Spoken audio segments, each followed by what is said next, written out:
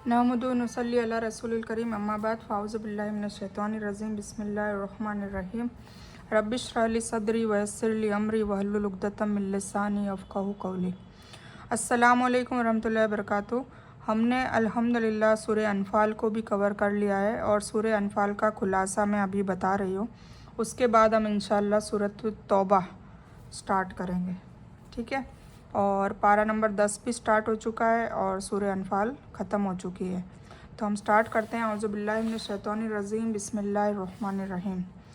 अनफ़ाल मदनी सूरह है और नफ़ल का मतलब होता है फ़र्ज़ से ज़ायद, मतलब फ़र्ज़ हमने अदा कर ली, जो कंपलसरी है वो हमने कर लिया। अब उससे एक्स्ट्रा मज़ीद कोई भी चीज़ होती है उसको बोलते हैं अनफ़ाल, ठीक है। माल गनीमत हासिल होना, मतलब माल में इजाफ़ा हो गया, तो वो फ़र्ज जो थी वो जंग थी, और जंग के बाद जो भी आपको गनीमत जो मिली है जंग जीतने के बाद, तो जो भी माल मिला है वो आपको मिल जाती है, मतलब इजाफ़ा होता है, ठीक है। तो इसका मतलब ये हुआ, समझ गए। ये जंग बदर के बाद नाजिल हुई थी और उसी के माल गनीमत को फ़िदिये के तौर पर रखने को कहा है। मुसलमानों को जिहाद के बारे में हिदायत दी गई।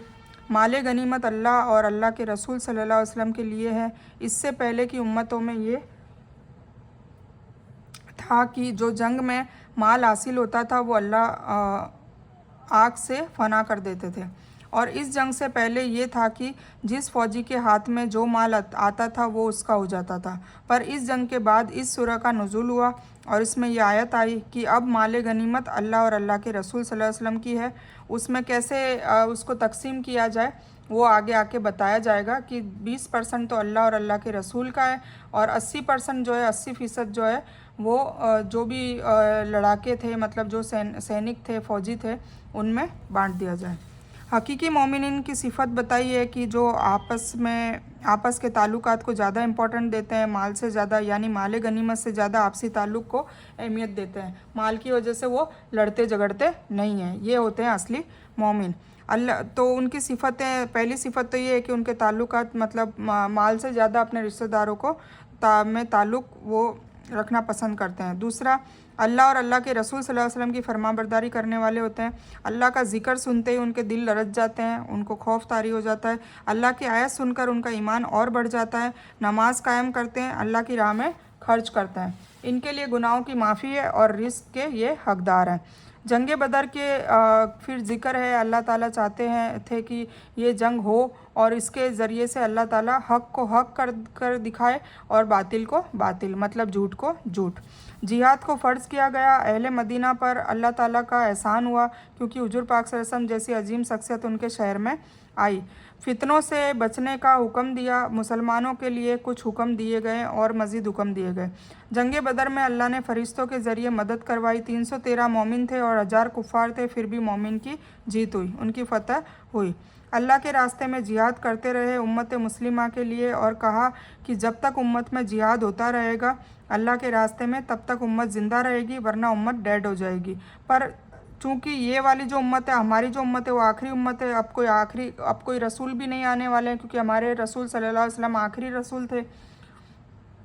तो फिर अगर हम उम्मत का काम नहीं करेंगे, कार रिसालत का काम नहीं करेंगे, तो फिर अल्लाह ताला हमारी जगह दूसरे लोगों को मबूस कर देगा, दूसरों लोगों को ले आएगा जो अल्लाह के हुक्म पर 100% खरे उतरेंगे, हमारे जैसे नहीं होंगे। जब बुराइयां बहुत ज़्यादा हो जाए और उसे कोई रोकने वाला नहीं होता, तो उसका वबाल फिर नेक लोगों पर भी आता है, ठीक है।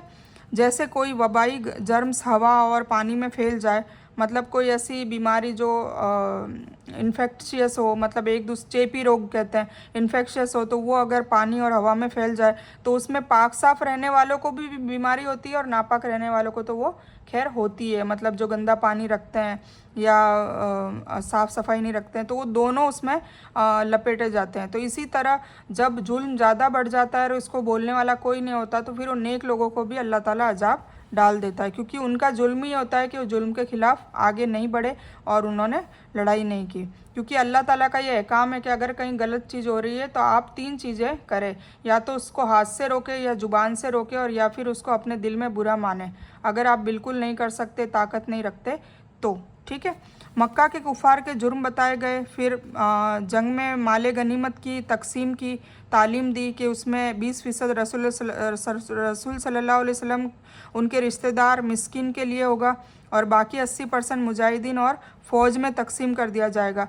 मतलब वापस जो फ़ौज में भी तकसीम कर दिया जाएगा और वापस जो फ़ौज के लिए तैयारी की जाती है उसमें भी उसका इस्तेमाल होगा। जंग बदर को जंग फुरकान कहा गया है, मतलब फ़र्क करने वाली जंग है, सबसे पहली जंग थी और हक और बातिल में फ़र्क करने वाली जंग थी, इसलिए इसका नाम जंग फुरकान भी आया है। अल्लाह और अल्लाह के रसूल सल्लल्लाहु अलैहि वसल्लम की इताअत करने और लड़ाई झगड़ों से बचने और घमंड और दिखावा करने को मना किया गया और आपस में मिलकर रहने को कहा गया और कहा कि वरना तुम्हारी हवा उखड़ जाएगी। मतलब आपस में मिलकर नहीं रहोगे, फ़िरका परस्ती में रहोगे, गुट परस्ती में रहोगे तो फिर तुम्हारी हवा उखड़ जाएगी। किन के साथ? नॉन मुस्लिमों के सामने। ठीक है, तो इसके लिए बहुत बड़ी तंबीह बताई गई है। फिर इब्लिस का किरदार बताया, उसके किरदार की बात की, कैसे उसने उन कुफार को उकसाया, जंग में जीतने की आगाही भी दी और फिर आगाही का झूठा दावा किया। और फिर जब जंग मैदान में फ़रिश्तों को देखा, क्योंकि वो तो देख सकता था, तो जब फ़रिश्तों को देखा कि फ़रिश्ते मदद कर रहे हैं तो फिर वो मैदान में से भाग खड़ा हुआ। इसी तरह वो अभी दुनिया में इंसान को भड़काता है और अच्छी अच्छी झूठी झूठी कहानियाँ सुना के उनसे गुनाह करवाता है और फिर जब मैदान हशर में सब पहुँचेंगे तब वहाँ भी वो ऐसी तरह हरकत करेगा कि अपने हाथ खड़े कर देगा और सबको जुटला देगा। फ़िरौन और अबू जहल की भी बात हुई इसमें।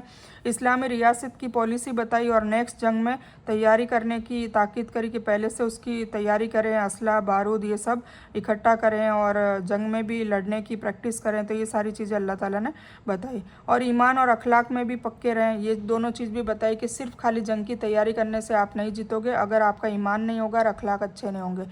ईमान और अखलाक भी इम्पॉर्टेंट होता है जंग में या जिहाद के लिए। और ऐसा होगा वो तो अगर ऐसा हो गया, मतलब जो अल्लाह ताला कह रहा है कि तैयारी करी और ईमान और अखलाक में पक्के रहे, तो एक मुसलमान 10 कुफ़ार पर भारी होगा, 100-200 पर भारी होंगे।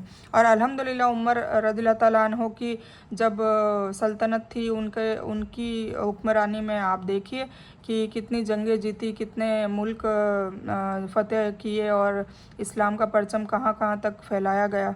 तो और रूम और पर्शियन जैसी बड़ी ताकत को भी डिफीट किया, उनको भी हराया।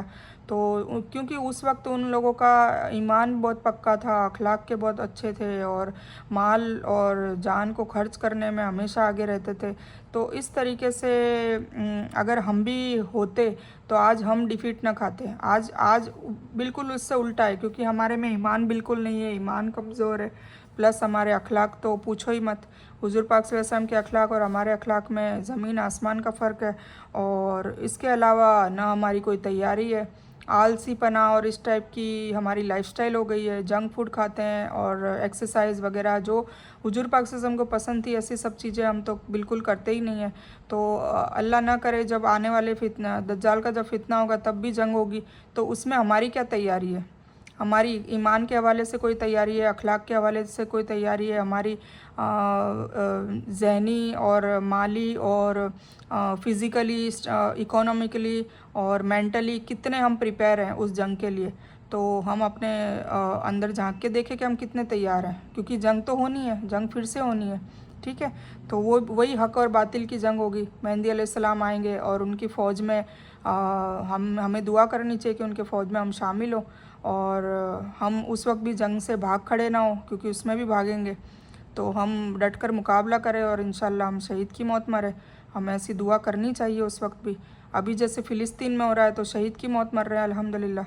उनका जो अभी देखने को तो दुख होता है, पर उनकी आखिरत बहुत अच्छी हो रही है, क्योंकि उन्होंने मस्जिद अक्सा के लिए अपनी जान मान सब लुटा दिया। उनके घर तबाह हो रहे हैं, आप देखिए कैसे वो जी रहे हैं, टेंटों में रह रहे हैं, पानी पीने को नहीं है, खाना खाने को नहीं है, और फिर भी सब्र, फिर भी ज़ुबान पे ला इलाहा इल्लल्लाह मोहम्मद रसूलुल्लाह, फिर भी नमाज़ पढ़ रहे हैं, फिर भी अज़ानें हो रही है।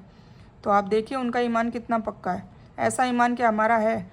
नाउज़ुबिल्लाह, अल्लाह ना करे कल को हमारे साथ ऐसा होता है तो क्या हम ऐसे खरे उतरेंगे जैसे कि अभी फ़िलिस्तीन वाले हैं? चलो मैं पास्ट की बात नहीं करती, अभी ज़ाहिर में फ़िलिस्तीन वाले ऐसा भी ईमान है क्या हमारा? तो हमें ये सोचने की ज़रूरत है, हमें इसकी गौर फ़िक्र करने की ज़रूरत है। ठीक है, तो आज हमारा ये हाल है कि हम पिछड़ गए हैं, क्योंकि हमारा ईमान भी पक्का नहीं और हमारा किरदार भी सहाबा जैसा नहीं। तो इतनी ताकत के बावजूद भी हम कमज़ोर कौम बन चुके हैं, तो इससे हमें सबक लेना चाहिए। ठीक है, और तो ये थी सूरह अनफाल, जिसका खुलासा आप लोगों को मैंने समझा दिया है।